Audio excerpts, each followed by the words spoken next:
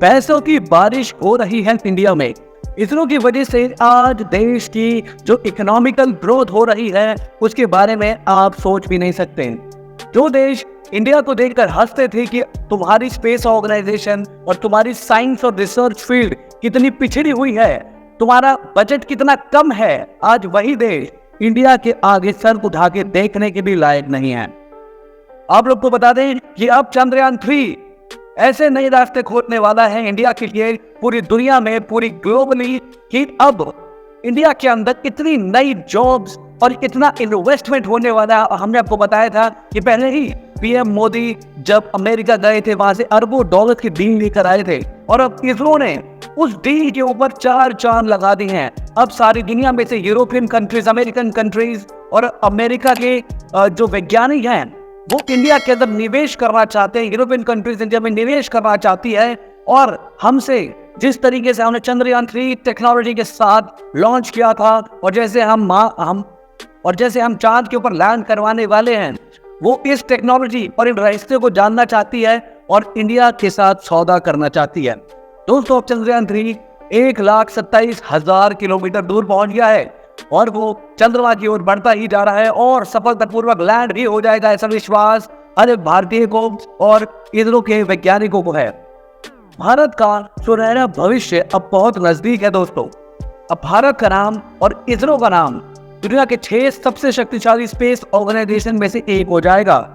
भारत के लोग ही दुनिया भर में हमारे लोहा तो मान ही रहे हैं सारी दुनिया के लोग, मगर कुछ भारत के लोग ही चंद्रयान 3 का मजाक उड़ा रहे हैं और इसरो का मजाक उड़ा रहे थे। वो कहते थे कि हमारी टेक्नोलॉजी पिछड़ी है और हमें नासा के साथ और स्पेस एक्स के साथ, रशिया के साथ कंपेयर करते थे। ये तो ऑब्वियस सी बात है दोस्तों, वो एक बड़ी कंट्री है, इकोनॉमिकली वेल है और उनके पास ज्यादा बजट है, लेकिन इसका मतलब ये नहीं कि भारत ही इसरो को कमाल नहीं कर सकती जो कि नासा जैसी बड़ी बड़ी ऑर्गेनाइजेशन कर सकती हैं। आज चंद्रयान 3 ने यह साबित कर दिया कि पैसे का कोई लेना देना नहीं है ब्रिलियंस पे। अगर आपका माइंड ब्रिलियंट है, आप इंटेलिजेंट हैं और आप हर प्रॉब्लम में सोल्यूशन ढूंढ सकते हैं, तो आप कम से कम बजट के साथ भी उन सपनों को साकार कर सकते हैं जो भारत का नाम, भारत का परचम सुनहरे अक्षरों में लिख देगा और भारत का परचम चंद्रमा ही नहीं, सूर्य पे नहीं, बल्कि पूरी गैलेक्सी में हर जगह लहराएगा। भारत बहुत पीछे है दोस्तों। अभी ऐसा कहा जाता था कि इनोवेशन नहीं कर रहा है, बहुत पीछे है, साइंस रिसर्च बहुत कम हो रही है, लेकिन चंद्रयान 3 अब बोलती बंद करने वाला है पूरी दुनिया की। इसरो के साइंटिस्ट लगे हुए हैं। चांद इतना इंपॉर्टेंट क्यों है? सबसे बड़ा सवाल ये खड़ा होता है कि चांद इतना महत्वपूर्ण क्यों है, क्यों इसरो चंद्रमा के पीछे पड़ा हुआ है। इसरो के साइंटिस्ट जो है उनका मानना यह है कि पृथ्वी के मुकाबले चांद पे किसी चीज का वजन जो है वो 1/6 हो जाता है। ये तो साइंटिफिकली प्रूवन है, बिकॉज ग्रेविटी जो है चेंज होती है हर प्लैनेट पे। तो इसरो के साइंटिस्ट का मानना है कि इस वजह से बहुत सारे काम आसान हो जाएंगे वहां पे। दोस्तों, आपको बता दें कि वहां की चंद्रमा की ग्रेविटी पृथ्वी से 1/6 है, यानी कि अगर किसी व्यक्ति का या किसी वस्तु का वजन पृथ्वी पे 60 किलोग्राम है तो उसका वजन चंद्रमा के ऊपर 6 किलोग्राम हो जाएगा। वहां पे लैब्स में एक्सपेरिमेंट करना इजी हो जाएगा, वहां पे रिसर्च करना इजी हो जाएगा, इस भारी वस्तुओं को उठा के इधर से उधर रखना इजी हो जाएगा। एनवायरमेंट नहीं है और ना ही पोल्यूशन है, इसकी वजह से वहां सेमीकंडक्टर चिप्स बनाना बहुत आसान हो जाएगा और जिसकी वजह से भारत एक सुपर पावर बन सकता है। कि सेमीकंडक्टर चिप्स बनाना बहुत मुश्किल होता है और इसलिए एक बड़ा प्लांट लगता है। अभी चाइना एक्सपोर्ट कर रहा है, लेकिन जब भारत का नाम रोशन हो जाएगा तब भारत से ही सारी दुनिया खरीदेगी इन चिप्स को। वहां वातावरण ना होने की वजह से स्पेस काफी साफ नजर आता है, जिसकी वजह से चांद की मॉनिटरिंग सेंटर बन सकता है पृथ्वी के लिए, यानी कि चांद पे ऐसी सैटेलाइट्स और ऐसी मॉनिटरिंग फील्ड लगाई जा सकती है, जिसकी वजह से हम पूरी स्पेस को गौर से देख सकते हैं, दूर दूर तक देख सकते हैं, पूरी गैलेक्सी को देख सकते हैं। जिसकी वजह से पृथ्वी के ऊपर अगर कोई संकट आने वाला हो तो हम पृथ्वी और सोलर सिस्टम की निगरानी कर सकते हैं और पृथ्वी को उन संकटों से बचा सकते हैं। कई महंगे और इंपॉर्टेंट एलिमेंट्स भी मौजूद हैं चंद्रमा के ऊपर, जैसे कि सोडियम, मैग्नीशियम, टाइटेनियम, और ऐसा भी कहा जा रहा है कि सोना और चांदी मिलने की भी आशाएं हैं। स्पेस माइनिंग में भी चांद एक बड़ा रोल निभा सकता है। इसरो पे पूरी दुनिया की नजर टिकी हुई है इस समय। चंद्रयान 1 ने पानी खोज कर ही इतिहास रच दिया था। पहले तो कोई भी कंट्री मानने को राजी नहीं थी, लेकिन बाद में जब नासा ने पुष्टि की तब सारी दुनिया में हमारा नाम एक ऐसे फैलने लग गया कि अरे इंडिया ने क्या कर दिखाया, इंडिया ने क्या कर दिखाया। चंद्रयान 2 ने वहाँ पे ऑक्सीजन की बात की थी और चंद्रयान 3 सफल हो गया तो विदेशी मुद्रा का भंडार बढ़ जाएगा इंडिया के अंदर।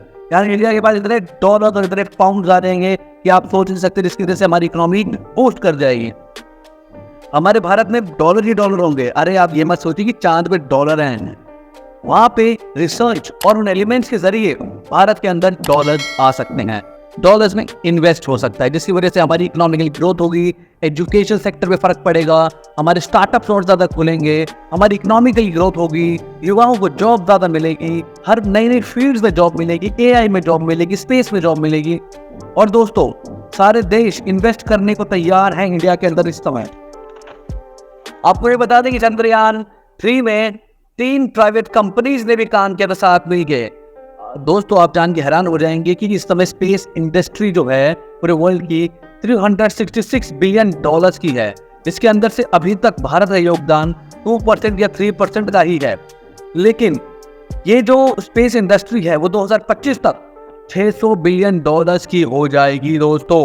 इसलिए ये जो लोग हैं, जैसे कि एलन मस्क ने भी स्पेसएक्स कंपनी खोल दिया, तो प्राइवेट कंपनीज भी स्पेस रिसर्च में घुस रही हैं। सिर्फ एक कंट्री नहीं कर रही, वो अपनी प्राइवेटाइजेशन भी कर रही है इसके अंदर। और ऐसा कहा जा रहा है कि 2025 तक इंडिया का योगदान 600 बिलियन डॉलर जो हमने आंकड़े बताए, इंडिया का योगदान स्पेस इंडस्ट्री में 48% तक बढ़ जाएगा। 2% से 48% की ग्रोथ आ जाएगी इंडिया के अंदर, इसरो के अंदर। इसरो की रफ्तार स्पेसएक्स, नासा, चाइना, रशिया से भी बहुत तेज होगी और इन बड़े बड़े देशों को पीछे छोड़ने वाला है इंडिया। दोस्तों अब प्राइवेट कंपनीज को भी सिखा रहा है इसरो अपनी स्पेस की टेक्नोलॉजी और अपनी रिसर्च की मदद से, ताकि उनके अंदर भी ग्रोथ हो और वो भी अपने स्टार्टअप के जरिए कुछ ऐसे खोज करने में हेल्प करें। दोस्तों मेक इन इंडिया के तहत नए नए स्टार्टअप जो शुरू हुए थे देश के अंदर, जो कि चाह रहे थे कि नई नई टेक्नोलॉजी को बढ़ाएं और नई नई खोज करें ताकि भारत की हेल्प हो, तो वो भी बढ़ रहे हैं। और जैसे अगर इसरो जो है नई नई छोटी कंपनीज को सिखाएंगी तो वो कंपनीज कल को बड़ी हो जाएंगी और पूरी दुनिया की मदद करेंगी अपनी नॉलेज की बदौलत।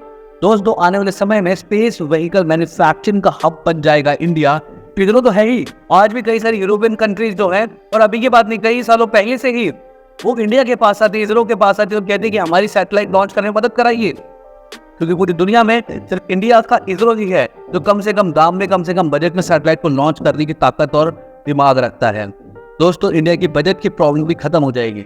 आपको कैसी लगी दोस्तों ये वीडियो, कमेंट बॉक्स में जरूर बताना। अगर आप भी सच्चे देशभक्त हैं और चाहते हैं कि इंडिया की इकोनॉमी ग्रोथ हो और इंडिया के अंदर बाहर से इन्वेस्टमेंट आए और इंडिया के अंदर जॉब्स बढ़े, तो कमेंट बॉक्स में जरूर लिखना अपने विचार और सहयोग कीजिए दोस्तों हमारी इस वीडियो में। और इस वीडियो को ज्यादा से ज्यादा शेयर कीजिए, नॉलेज देखिए दोस्तों, बांटने से ही बढ़ती है।